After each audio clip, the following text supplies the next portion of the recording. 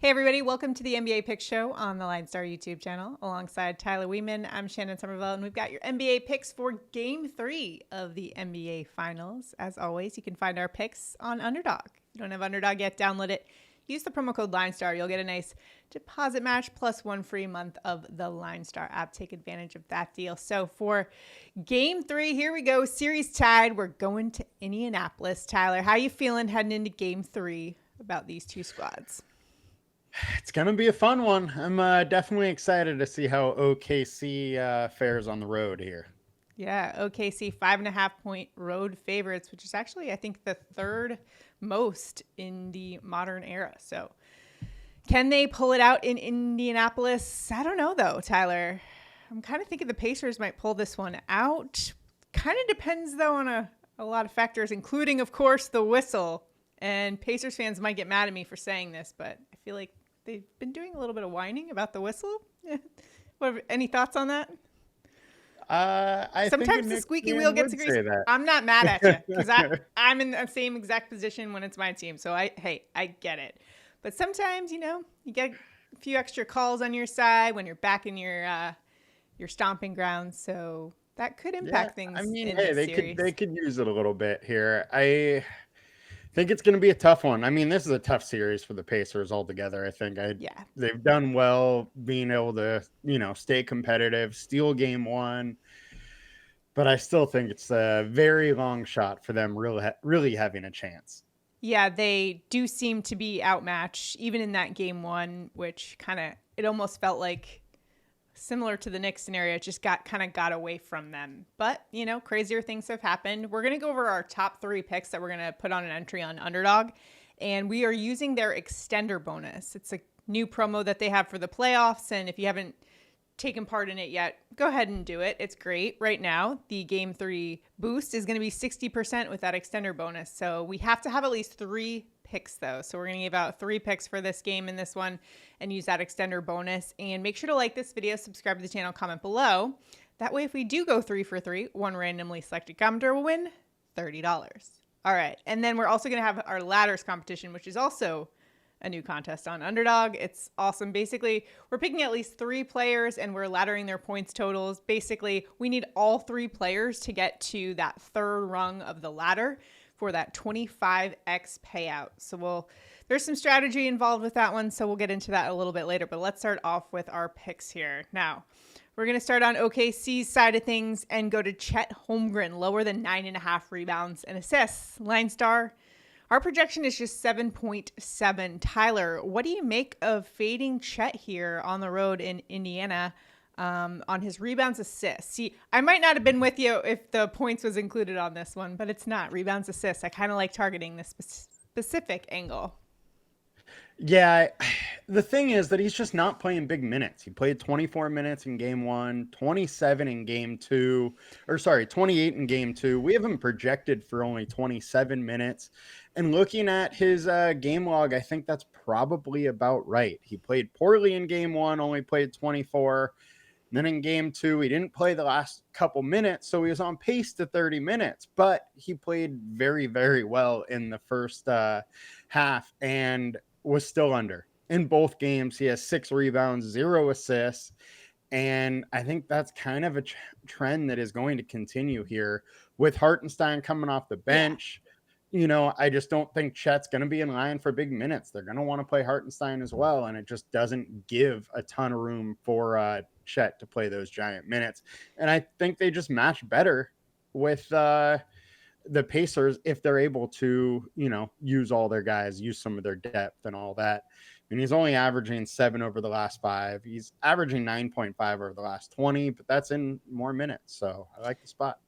And I like the fact that you mentioned Hartenstein in this one, because in game 1, they were out-rebounded. Game 2, they made that adjustment. Hartenstein a little bit more involved specifically on the glass, and it kind of showed. So in game 1, OKC was also able to kind of cause some turnovers in this one. But Isaiah Hartenstein, you got to think they're going to lean on him, especially to get those rebounds on the glass in this one, which, of course, takes away from Chet Holmgren's number here. So don't mind going lower here on Chet Holmgren. Next up, let's go to Alex Caruso, higher than 15.5 points, rebounds, and assists. LineStar's projection, 17.5.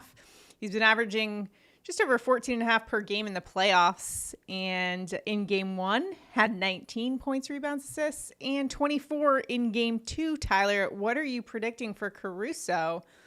He's been having a great series. Chet Holmgren's GOAT. I don't know if you saw that little press conference, but Caruso's been key in this series so far, and he's been playing elevated minutes. He's averaging 27.8 minutes per game this series, and it makes a ton of sense. With them going smaller, it just opens up more wing play and more time for Caruso, and he is absolutely one of their guys off the bench they very, very much need. Aaron Wiggins kind of stole the show last game, but Caruso's been there both games. Both games are going over and well over, and our projection is saying the same. So I like just going back to that. And he just has kind of the poison experience. And I was kind of reminded in a recent article about him, how he played with the Lakers when they won it in the bubble. And you can kind of see that experience reflected in his stats in the playoffs, but also going into a road environment in the playoffs, it's something that's not going to phase him. So I'm comfortable going here for the points, rebounds, assists for Caruso. Lastly, for the Pacers, Andrew Nembhard, lower than 8.5 rebounds and assists. Tyler, what do you like about the lower here for Nembhard? I mean, look, the ball's going to be in Haliburton's hand. So It's not like he's going to have a huge assist number. And rebound wise, it's not like he's really a menace on the boards or anything like that. So I think going 9 or over is just a real tough sell. He had 10 in game 1, had 8 in game 2. So the line is, fine, but I just think more often than not, he's going to be under. He's been at 7.4 the last 5. He's at 8.2 the last 20, both shade to the under, and I think that's where we should be too. Yeah, I like what you said about Tyrese Haliburton. Everything's going through him. And actually, Tyler, in this one, I think he's going to be called on more to be more aggressive and create his own shots, not just distribute it. So I kind of like the philosophy there with Nembhard going lower on his rebounds, assists. And those are our top 3 picks that we're going to use that extender bonus on Underdog. So make sure you take advantage of that. Again, the extender bonus, basically the longer the series, the bigger the boost. So in this game 3, we're getting a 60% boost. Take advantage of that today on Underdog. Now it is time for the ladders contest on Underdog. We're picking at least 3 players and laddering their points total. All 3 players need to surpass that third rung of the ladder for us to get the max payout, 25x. The second rung of the ladder is 3x. The first rung, essentially, we're getting our money back. So there is some strategy involved. Tyler, why don't you briefly mention the prototype of player that we're looking for and the type of performance that we want from? I mean, it's pretty obvious. It's kind of like a boom bust type of player, right? Totally. We want the boom bust. We want the 25x. And we need players that have that ability. Like SGA is absolutely great. I love him. But 45 is his highest line, and it's just a tall task. That it is. And looking into it, when we were kind of deciding which players to choose, I noticed that I don't know how much weight to give this, but SGA, the first game on the road in every series, he hasn't scored as much as his average. So I believe, what did I tell you? He was at, give me 1 second to find it here. It was 31, 18, and 14 for the first game road games. Yeah. So where are we headed?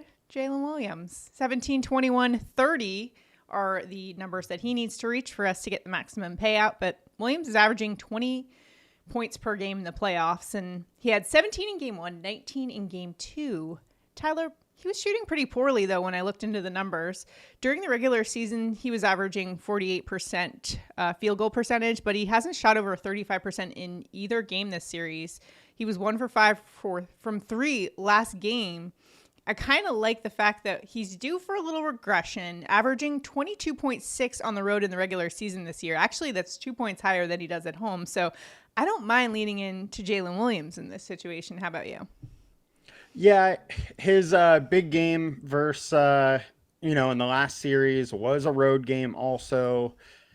Stars got to come up on the road in Yeah. the finals. And I think Jalen Williams is in a great spot to do that. His shot attempts are still there. Like you said, he just didn't shoot that well. He just needs to get a couple buckets from three to fall. And, the game is totally different for him. I think he is, a very good bet for that 25x rung. The issue I have with him is that he is less likely for the 3x than, say, like SGA. But I think SGA is less likely for the 25. Thus, we're going J-Will. Yeah, we're trying to go for the big money here on the show. All right, so the other players that we're rolling with. Let's start with the Pacers. We got to go through Tyrese Haliburton.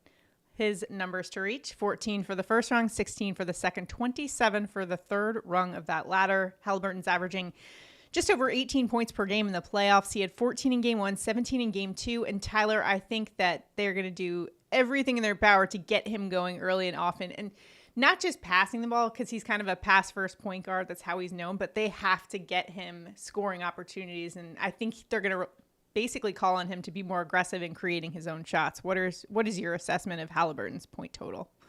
Yeah, he came out saying that he has to be aggressive, more aggressive, early on in these games. And you just totally see the team switch when he's aggressive. They have some momentum. They're able to at least keep pace with the Thunder. And if he's not that, they get down to 15, get down 20. And I think that needs to be the major switch there. And this is a guy that's averaging 19 over his last 20.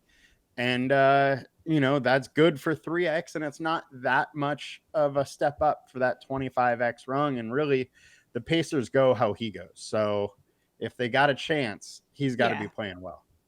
And he loves playing at home, averaging 20.4 at home during the regular season compared to just 16.7 on the road. All right, lastly, another guy who's actually kind of perfect for this ladder scenario, and that's Obi Toppin, who his ladder starts at 7, 10, and then gets to 17 for that third rung. He's averaging 8.8 points per game in the playoffs. He had 17 in game 1, 3 in game 2. Very much a boom or bust prototype player, which is perfect for what we need him for. We're trying to get the 25x. What's your assessment of Obi Toppin and his points outlook for game 3? I mean, he's already hit it once this series. Last series, he would have hit this rung also.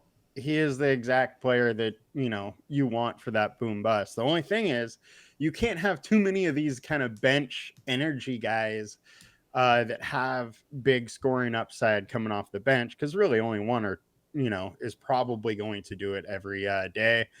Right here, Toppin, I think, definitely could. Another one, we talked about Caruso earlier. He's another bench guy that I think could do it as well.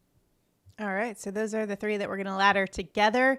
Our ladders lineup, once again, is going to be Jalen Williams, Obi Toppin, and Tyrese Haliburton. Let us know what you're rolling with, though, here in Game 3. And again, if you haven't downloaded Underdog yet, the key is for all you new users to use the promo code LineStar. That way you can get that bonus deposit.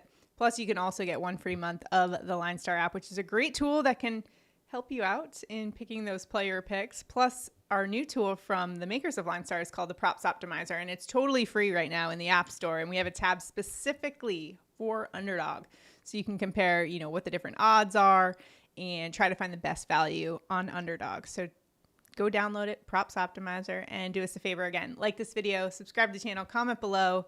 Let us know what you're rolling with. We're all trying to help each other out, beat the books, see if we can on this Game 3 in Indy. We'll see how it goes. Tyler, any predictions for the overall winner of this contest? Are you going OKC? Sounded like it. It's on OKC. I think it could be over in 5.